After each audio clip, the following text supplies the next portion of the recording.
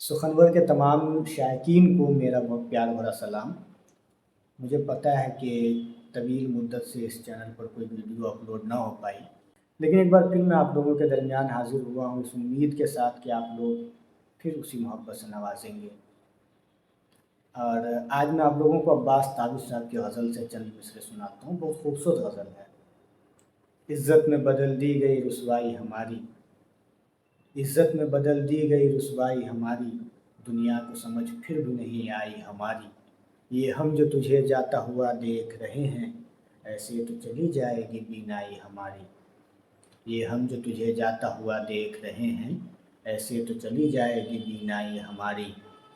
تم کاٹ کے رکھ دو کہ ادھرنے کے نہیں ہم، تم کاٹ کے رکھ دو کہ ادھرنے کے نہیں ہم، اس ہاتھ میں کر رکھی ہے ترپائی ہماری۔